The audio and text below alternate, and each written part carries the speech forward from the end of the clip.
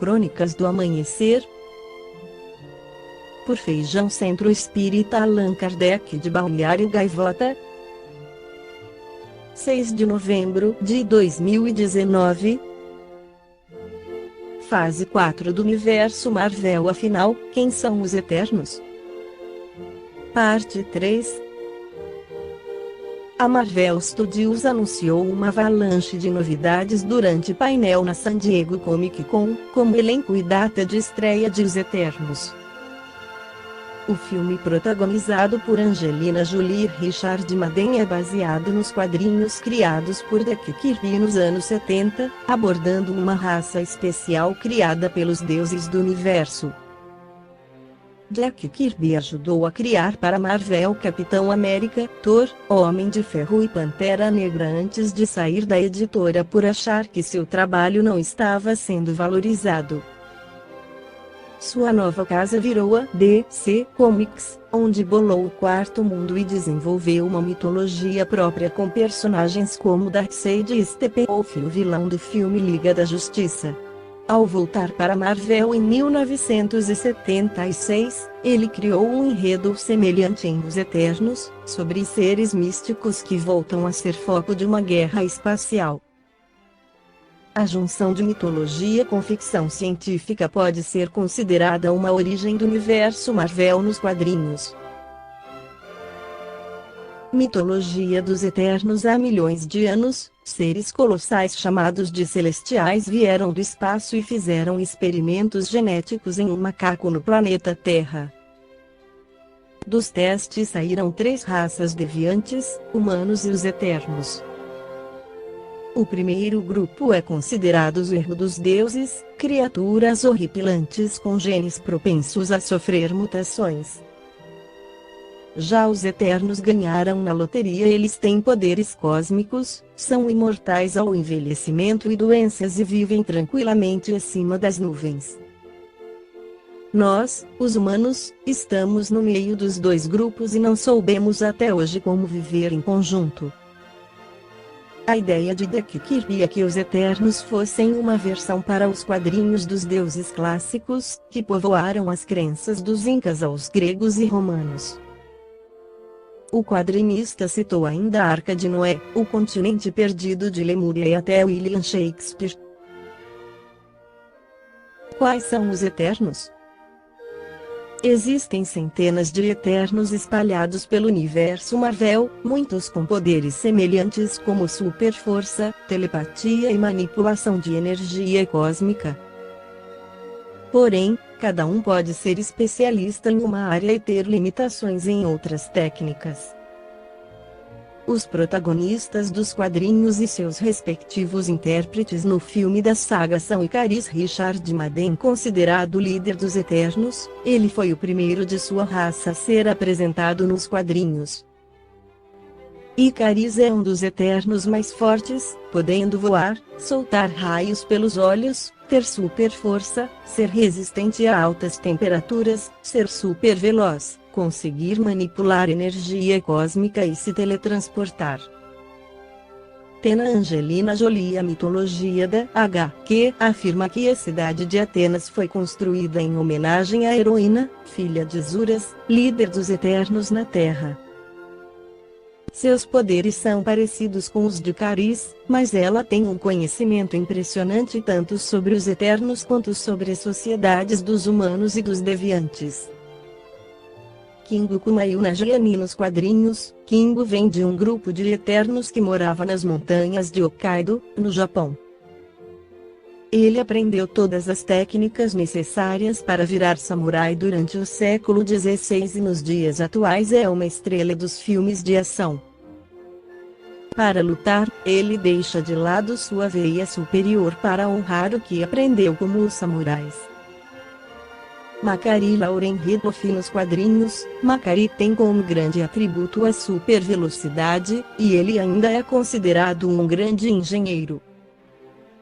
Ele já passou pelo Egito Antigo e a Grécia Antiga, ensinando a escrita para os humanos e sendo confundido com o deus Hermes. No filme, ele será interpretado pela atriz Lauren Ridloff. Fastus Brian Tyrier mais melancólico do que seus companheiros. Fastus é um mestre ferreiro, responsável inclusive pela espada que King usa. O herói acredita que a vida não tem sentido e nem sempre é a favor de lutar.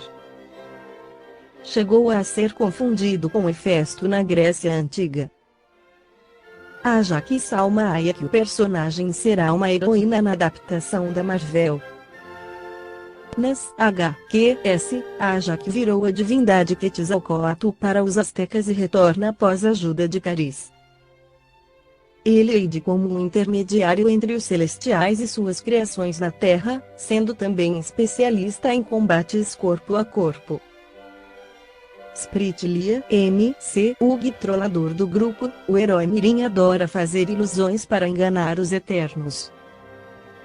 Ele brinca com os humanos há séculos, inspirando Puck em Sonho de uma Noite de Verão, de Shakespeare.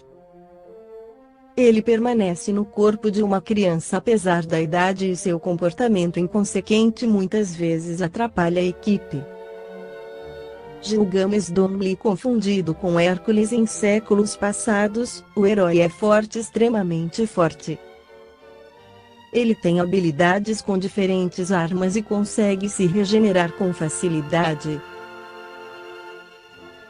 Vilões. Os grandes antagonistas dos Eternos são os deviantes rebaixados pelos Celestiais após um épico confronto que passaram a ser confundidos pelos humanos com os demônios em tempos mais recentes. Eles apresentam diversos formatos e estão em uma guerra eterna para conquistar novamente o poder. Muitos possuem chifres, grandes presas e tamanhos gigantescos iguais aos folclores de ogros e trolls. Apesar da aparência tenebrosa, eles são uma raça muito inteligente. Desenvolveram tecnologia avançada quando os humanos ainda habitavam as cavernas. Desde sua queda com a segunda passagem de seus criadores pela Terra, a raça perdeu o domínio sobre os continentes e estabeleceu uma sociedade secreta enquanto passaram a se esconder em passagens abaixo da Terra. Ainda no livro A Caminho da Luz, o Espírito Emmanuel esclarece que as raças adâmicas guardavam vaga lembrança da sua situação pregressa, tecendo o hino sagrado das reminiscências. As tradições do paraíso perdido passaram de gerações a gerações até que ficassem arquivadas nas páginas da Bíblia. Aqueles seres decaídos e degradados, à maneira de suas vidas passadas no mundo distante da capela, com o transcurso dos anos reuniram-se em 4 grandes grupos que se fecharam depois nos povos mais antigos, obedecendo às afinidades sentimentais e linguísticas que os associavam na constelação do cocheiro. Unidos, novamente, na esteira do tempo, formaram desse modo o grupo dos Árias, a civilização do Egito, o povo de Israel e as castas da Índia. Dos Árias descende a maioria dos povos brancos da família indo-europeia. Nessa descendência, porém, é necessário incluir os latinos, os celtas e os gregos, além dos germanos e dos eslavos. As 4 grandes massas de degradados formaram os pródromos de toda a organização das civilizações futuras, introduzindo os mais largos benefícios no seio da raça amarela e da raça negra, que já existiam. É de grande interesse o estudo de sua movimentação no curso da história. Através dessa análise, é possível examinar em si os defeitos e virtudes que trouxeram do seu paraíso longínquo, bem como os antagonismos e idiosincrasias peculiares a cada qual.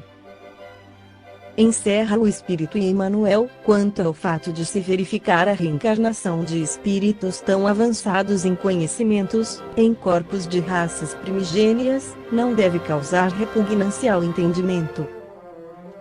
Lembremo-nos de que um metal puro, como o ouro, por exemplo, não se modifica pela circunstância de se apresentar em vaso imundo, ou disforme.